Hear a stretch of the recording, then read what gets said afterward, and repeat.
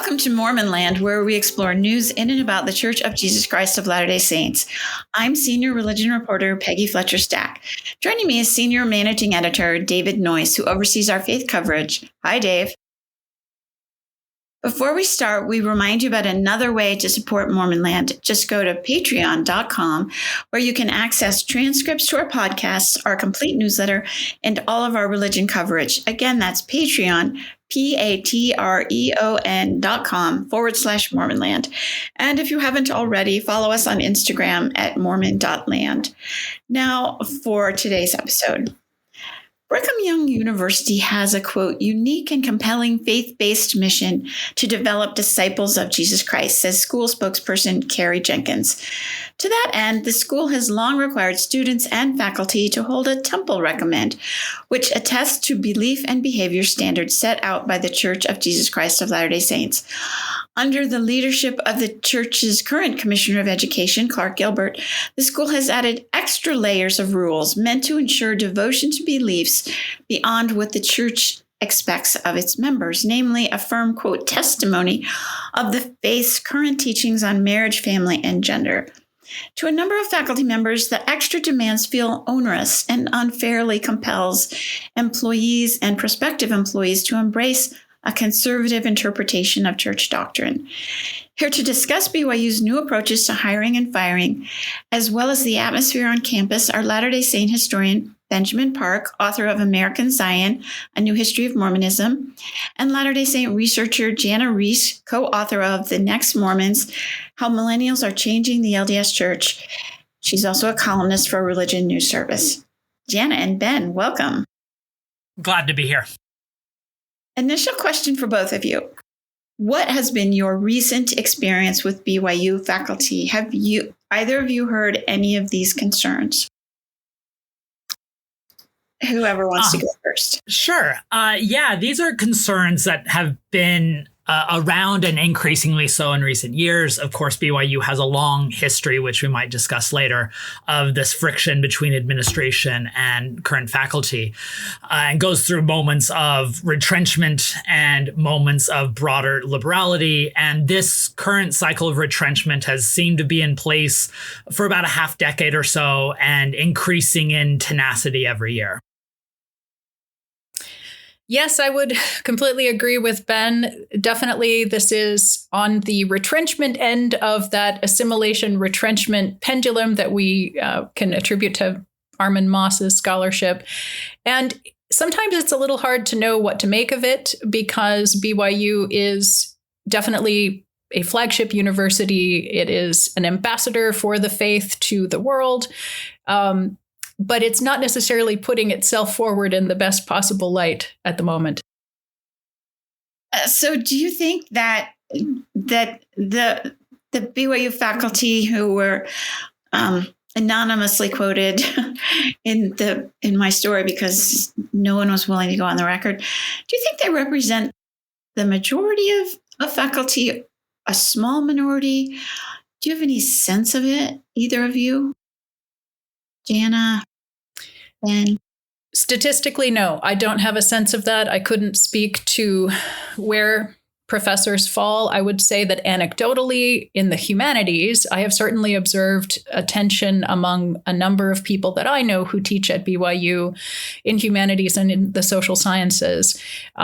I think that for them in particular, some of these issues of academic freedom can be particularly acute if their research impinges on issues of sexuality and gender, which seem to be the kind of hot button things that the church is particularly concerned about. Like any university, there's a broad spectrum among the faculty on different views in relationship to the institution. And so they're probably reacting to these recent developments in different ways. But what I can say, according to the dozens that I'm friends with and speak to, is that all are affected in one way or another.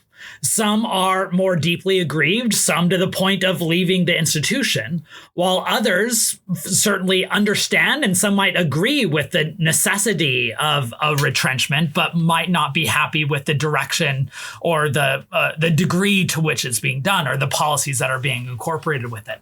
So I think it's fair to say that the dozens of faculty that you spoke to, Peggy, that don't feel comfortable going on the record, they certainly speak for a sizable percentage of BYU faculty, and especially concerns that afflict definitely all of them, though to different degrees. I have to say, Jana said humanities, those are your people that you know best. I talked to people across the campus, and I was shocked at people in the Marriott School, at the law school, in the hard sciences, physics, astronomy. So to Ben's point, how many people are upset, I don't know, but how many people it affects is many. And I'll say that I've heard from many faculty who I would expect to be upset with this.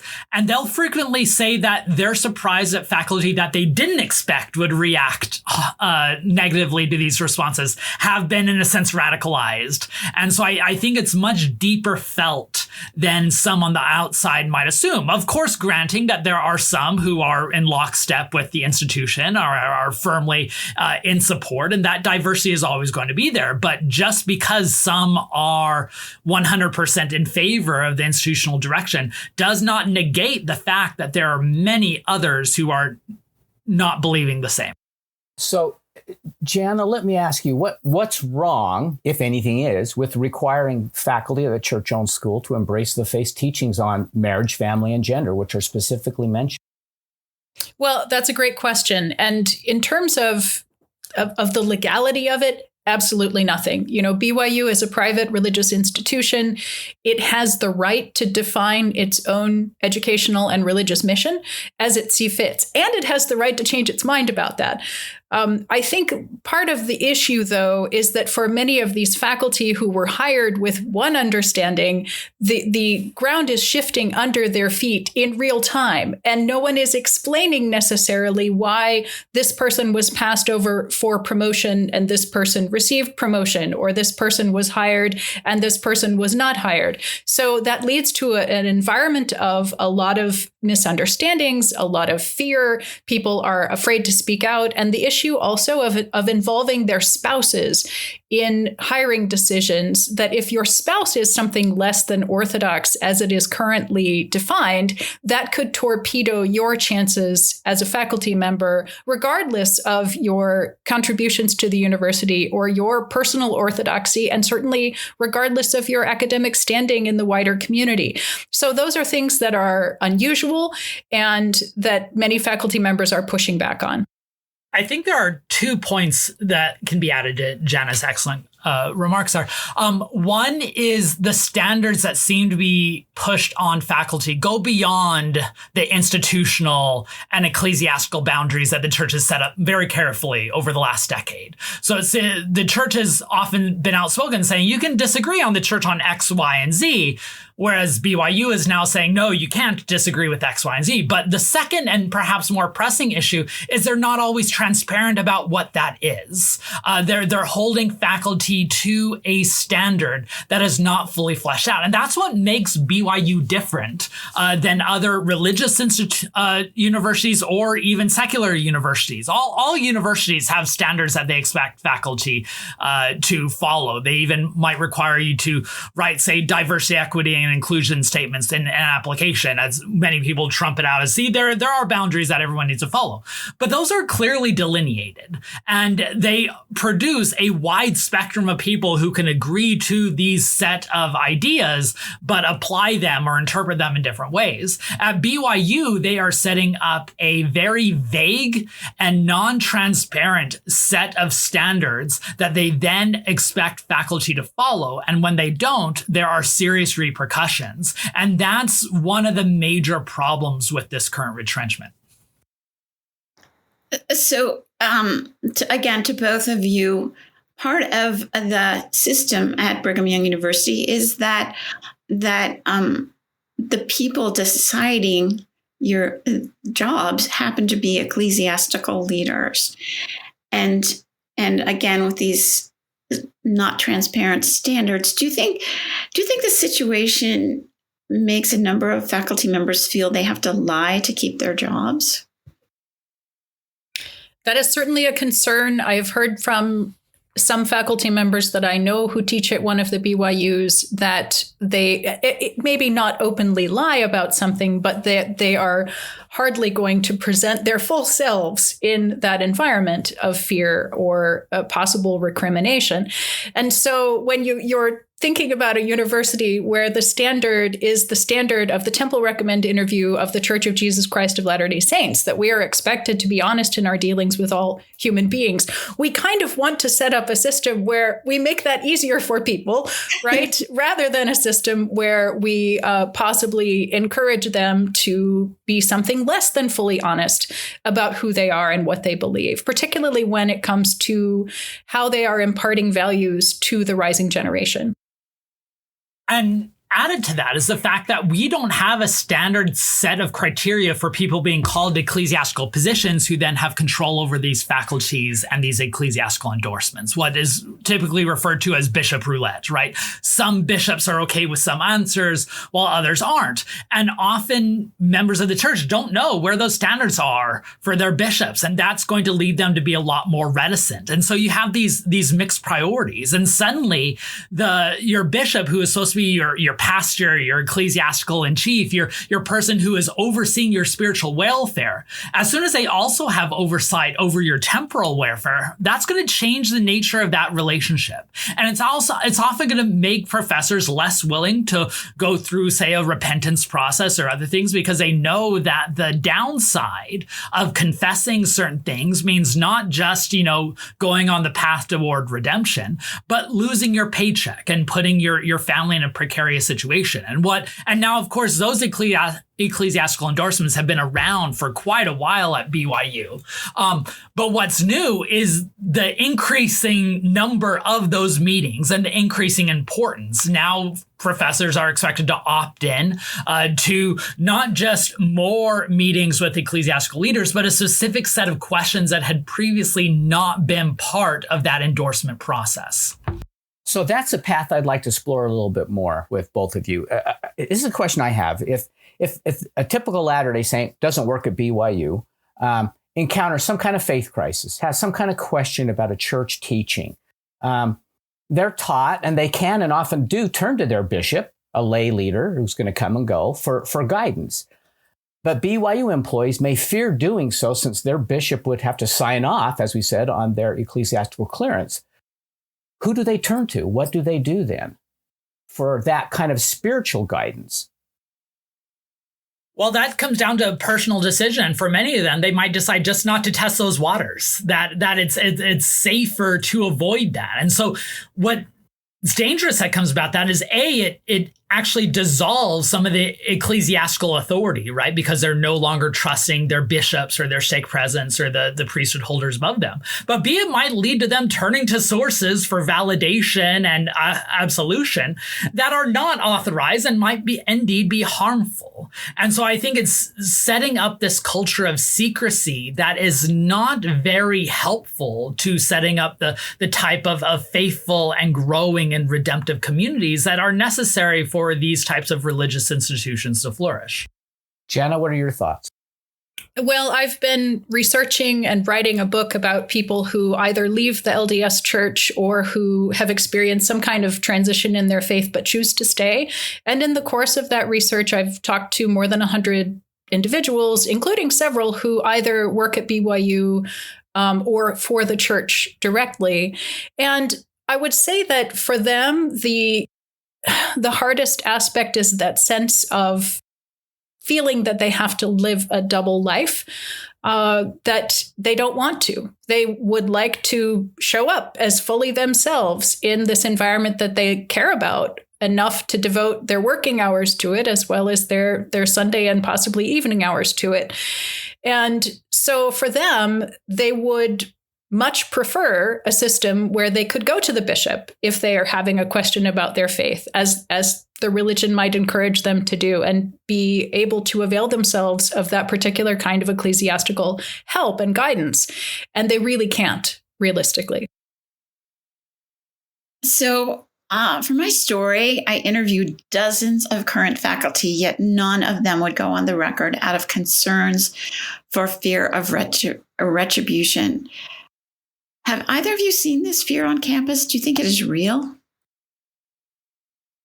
Yes, I would say it's real. And the fact that, you did so much due diligence in working on the story, I think for quite a long time. Yeah, right? many months. Yes. Yeah, for months and months. And that people who were still teaching at BYU and hadn't already left for some other place were just not willing to have their names used in the story tells us a lot about the environment and the fear of reprisal at BYU. It also talks to the nature of the institution, because most professors at university, once they get to a certain part in their career, they earn tenure, which grants them a degree of freedom to speak out on things and to speak to matters that might be controversial with a sense of job security. Now, tenure does not mean full golden parachute to where you can never get fired, like some people might accuse, but it just sets up barriers that keep you from being unjustly reprimanded for matters. At BYU, you don't experience the same degree of safety. At BYU, you have continuing faculty status rather than tenure, which means you have a sense of tenure and solid backup, but it means that you can still be fired if you lose ecclesiastical or institutional clearance. And so things that might get me in trouble at my state-sponsored institution, but I can still be protected through tenure, and there are methods where I can appeal and maintain my status. At BYU, those can be washed away, which leads to people being less willing to go on the record and speak out, and leads to a culture of distrust and silence. I will say that I talked to any number of professors with continuing status, which is the equivalent sort of tenure. And they were also unwilling to risk, because all it takes is a bishop who says that's not okay, and you're done. And it's even more than that, because there are also examples now of faculty who do pass their ecclesiastical interviews, and then it's overruled at a higher level. And that is a disturbing trend. So Ben, you alluded to this. For many of, let's say, people of a certain age, this issue harks back to the controversial era of former BYU president Ernest Wilkinson. Can you briefly describe, because I know books have been written about this, what happened under Ernest Wilkinson, and is this at all comparable? Yeah, BYU has always had this complicated relationship to the LDS institution. On the one hand, it's often a flagship face for the church, saying that we are willing to both participate in the broader globe, educate our younger generation, and act as good citizens and good stewards. But there's always a tension between an institution that's traditionally conservative and is trying to maintain a status quo, and a university that is devoted to intellectual exploration and integration and assimilation. And so you have moments where academics who are typically trained with a sense of liberality conflict with institutional priorities. You got that in the early 19-teens when there were BYU professors teaching evolution, and several of them ended up being fired from their jobs. You got it in the 1930s when J. Reuben Clark and the church institution cracked down on what they thought were some liberal teachings concerning the Bible. And then when Ernest Wilkinson became the church commissioner of education in the 1950s and 1960s, while also being president of BYU, you saw spy rings set up to oversee what professors are saying and teaching, and trying to make sure that we can keep them in line. Because from the LDS Church's perspective, these professors are their frontline forces talking to the next generation of saints and church leaders. And so we want to make sure that, the doctrine is pure. From the professor's perspective, They say that we're doing that. We're trying to prepare them. We're trying to introduce them to the ways of the modern academy that blend with our religious mission. Ernest Wilkinson was definitely one who was worried of the corrosions of modern secular academy, and he believed in the professionalization of the school as long as it fit into his worldview, both religiously and culturally and politically. And so there was lots and lots of friction between them. And in many ways, people like Clark Gilbert today, who are trying to oversee and structure church education in a particular way, are the inheritors of that tradition from Ernest Wilkinson. Do you see this as all akin to Ernest Wilkinson, or is this?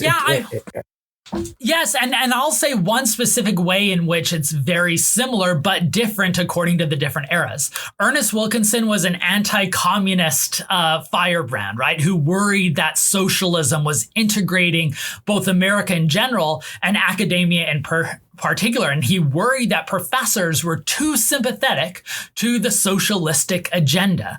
Now, we're living in a day where, yes, communism and socialism is still thrown around as bad words, but the driving political issue today is on gender issues. And so whereas Ernest Wilkinson was cracking down on socialist support among BYU faculty, Clark Gilbert and others are now cracking down on faculty's sympathy toward the LGBTQ cause. Both of those disputes are rooted in the culture wars of the day that represent how BYU is frequently the testing ground of these much larger fights.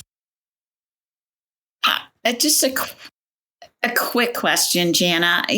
There obviously are other religious universities, but as far as I can tell, they don't really control. I mean, they make people sign stuff at the beginning, and that there's not this sort of level of control. What have you seen from other religious universities? That's a great question, and it's a complicated answer because there's quite a spectrum. So I would say that BYU is kind of standing at a crossroads where it could choose one model or the other, and a lot of possible models in between. But on one side, we have the flagship academic university model rooted in religious tradition, that these are internationally renowned universities, such as Notre Dame, such as Georgetown.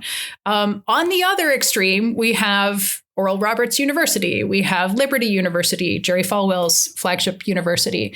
And I'm going to put my cards on the table here. I would really like to see BYU follow the first model, and that would be really wonderful for a lot of reasons. But I think that there is a large group of religious colleges and universities in the middle there, such as Wheaton College, where students and faculty are expected to adhere to a certain code of ethics, a certain code of orthodoxy, but also the college or university is really well known for excellence in academia. And that could be a terrific model for BYU. Now, I would say one thing that's kind of interesting in this story is that Clark Gilbert, who's the commissioner of education for the LDS Church, is also the co-founder of a new consortium of religiously affiliated colleges and universities across the country. And so they see themselves as occupying a particular mission and having unique challenges at a time when Americans are becoming less and less religious. They want to see religious colleges and universities thrive. And so BYU is part of that. Notre Dame, Baylor, Yeshiva University is also one of the charter members of that organization. It'll be really interesting to see, as BYU leaders are involved with that consortium, what kinds of cross-fertilization and ideas might come up. And I'll add, I agree that there's an important role that these religious universities play in America. I have lots of friends who teach at Georgetown or Baylor or Notre Dame and are able to blend a religious mission with academic rigor in important ways. And that's long been a crucial pillar of United States society. Where I get frustrated is LDS Church and BYU leaders will frequently say that we're in a camp with Baylor and Georgetown and Notre Dame, but then they don't grant their students and faculty the same resources and liberties and opportunities that those other institutions do. And so the LDS Church often, explains Brigham Young's mission in a way that groups it with Baylor, but these policies that they're introducing equate it more like Liberty University, a university that they don't usually use in explaining our mission and purpose. Let me ask this, probably for both of you, okay? The heart of the issue, and we've talked about this, seems to center largely on LGBTQ plus issues and concerns. Is there a danger, and we're hearing this from some people, of chasing away not only faculty and students, not just from BYU, but also from the church? In other words, forcing them to almost choose neither. What do you think on that, Ben? Yeah, I think these new instructions and guidelines and policies that's coming down with this retrenchment is impoverishing the student experience because it's not allowing the professors the opportunity to do the jobs that they so want to do. They want to be the professors, and they already are doing this. They want to meet with the professors during office, or meet with the students during office hours and have them bare their souls of trying to reconcile their sexuality and their religion. They want to have a deep-hearted conversation of how you can operate in today's modern world in academia or real life while not giving up the principles of the gospel. They want to be upfront of providing a model to their students of how to wrestle with the church and society in ways that can keep you grounded in the faith. Professors are doing this. They are devoted to that mission. They're not the enemies that are sometimes depicted. But in instituting this culture of secrecy where they don't know when they're going to be ratted out, that they don't know how honest they can be, that they don't know where the boundaries are in fear that they might cross them, it means that they are offering a lesser education for their students, that they're giving a kind of black and white model, a simplified version of the gospel and education that might accord with this retrenchment, but falls far short of what is needed to address these students who are yearning for a complicated and substantive discussion. And I fear we're going to lose a lot of members as a result. So, Jana, what does your research on LDS millennials say about their views on LGBTQ issues? Well, now it's not just millennials, it's also including Generation Z. So we had Generation Z in our quantitative data for the first time. And it will not surprise you at all to know that they are more sexually diverse than their predecessors. And so when the church is pushing back on LGBTQ issues, it's not an issue that is out there somewhere far away that other people are dealing with. We're looking at sexual diversity within our own religious tradition, in which younger adult members are far more likely to be LGBTQ plus themselves than their elders were. And so this is hitting home. It's personal. And how the church deals with that at BYU, I think, is reflective of its overall approach to handling sexual diversity among members more generally. Another question. Jana, you rattled off a list of universities, okay, religious universities. And I'm just curious how each of you think what is happening at BYU may affect its standing in the higher education community at large. Jana, do you want to start on that? Sure. It's been interesting in the reaction in the last few days to Peggy's story. I have seen the gamut of possible reactions from very orthodox members saying, great, we're going to get rid of those progressive professors, good riddance to them, don't let the door hit you on the way out, all the way to progressive members or former members who have said that this is the death knell of BYU, that BYU is, seen its worst. Its best days are behind it, essentially. I did a little digging into the common data set of BYU application figures and retention figures, not retention of members of the church. Here, I'm talking about graduation rates, essentially, of your incoming first-year class. How many are still there after 1 year? How many are going to graduate? They're excellent.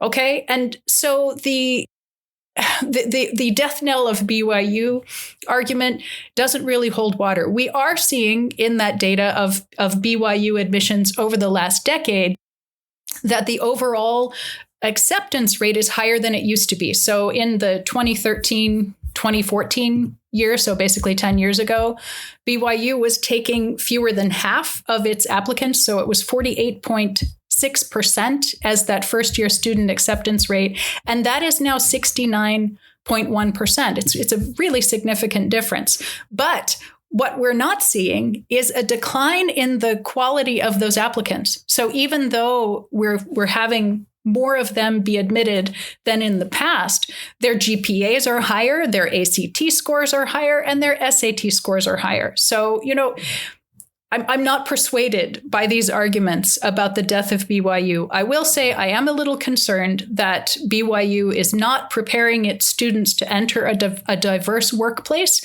in which DEI is valued as something that they need to be trained in, essentially, before they enter the workplace, before they are hired, that diversity is something that they need to be taught to respect.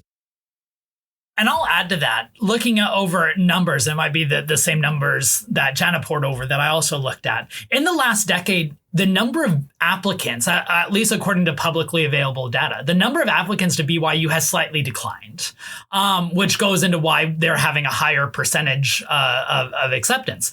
While at the same time, every Utah public university number of applications has doubled, which goes to show when BYU leaders say that people are voting with their feet and coming to BYU because they see a mission. They're not coming to BYU in as high a numbers in proportion according to other universities. And I think that should give pause to, and church members and leaders might say that's a good thing. People recognize what the mission is and fewer are seeing it. And we're kind of having a weeding out process. But I do think that there is a reputation at stake to where, yes, there are lots of religious universities out there that have a set of standards and ecclesiastical requirements for students. Yes, even state schools have a set of dogma that they expect professors to follow to be able to fit in. The process through which BYU is instituting these retrenchment is unique and it's raising eyebrows. Having this ecclesiastical clearance office that is a shadowy group that faculty don't know who's on it, and somehow they're able to veto candidates who pass the department, college, university, and board of trustee approval. That's not normal. Having unexplained and untransparent standards through which they are judging both applicants and candidates for promotion at the university and then not giving an explanation for why they were denied, that's not usual. And other schools like Baylor or Notre Dame or Georgetown, the very institutions that BYU claims that they're part of, those institutions look at those practices and say, like, maybe you're not like us, or maybe you're not acting the way we expect someone in our class to act, which is a shame because BYU is filled with faculty who are on that excellent level.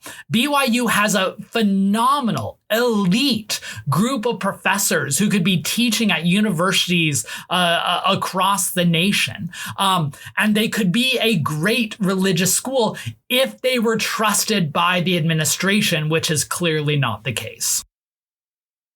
So one final question to both of you. What are your worries about BYU and this process going forward, and what are your hopes? Jana, do you want to start? Sure. I have a couple of concerns. One of them is just the purely practical concern of these students as they head out into the world, maybe not necessarily being as prepared for that world as they might be. Think about the example of Liberty University or Oral Roberts University and how those degrees are not respected in the wider world, right? BYU has the chance to not go down that route. BYU has the chance to be the Notre Dame and to be the Wheaton College rather than the disrespected Oral Roberts University. And I'm sorry to pick on ORU here because it also has many good faculty members, right? So that's one concern, but also a concern for the faculty and the students at BYU themselves, especially ones who are inhabiting different sexual orientations or who are simply allies and would like to be in an environment where that was valued. And they're not. In fact, they're in an environment where that is a dangerous thing to express now. Do you have some hopes for the school? Absolutely. Every time I go to BYU and I talk with students, I am so amazed and impressed by how smart they are, how thoughtful, how engaged with the world they are. They are the future of the church, and that is a good future to see. So I have a lot of optimism there. Ben? I'm not just a BYU alum. I'm a proud BYU alum. I'm so proud that I bought tickets to the Big 12 championship football game weeks before the end of the season because I had faith that BYU was going to make it there. And unfortunately, they didn't. But my faith in the institution remained. But I'm not just a proud alumni. I taught there several semesters, and I have not taught as high a caliber of students at any other university as I did at BYU. And I've taught at Cambridge, Missouri, and now in Texas. And so BYU has phenomenal faculty. They have phenomenal students. What worries me is the broader environment and the broader culture wars in America that's dividing every institution now seeping into BYU. Universities have become a battlefield, unfortunately, with forces who are denouncing what they call the woke mind virus, indoctrinating students, not understanding how academia works. And every university is facing that backlash, including religious universities, including state universities, and including BYU, obviously. I mean, BYU is having to respond to a donor base and alumni base who often fit into a more conservative background and are buying into these broader culture war issues and bringing those concerns to bear. When Jeffrey Holland gave his musket fire address at BYU, we often forget that he began his remarks by quoting a letter from a donor. So I worry that on the one hand, church leaders and BYU administration are abdicating their responsibility to actually push back on those misunderstandings and culture war radicalism that is sweeping America, and instead taking it out on BYU faculty, which is unfair and unhelpful. So Mormonism is always a reflection of the broader cultural concerns, and these campus wars are an example of that. And I worry that the casualties of that battle are going to be deep and felt for quite a long time. Thanks, guys. Jana Riess and Ben Park, thanks for joining us.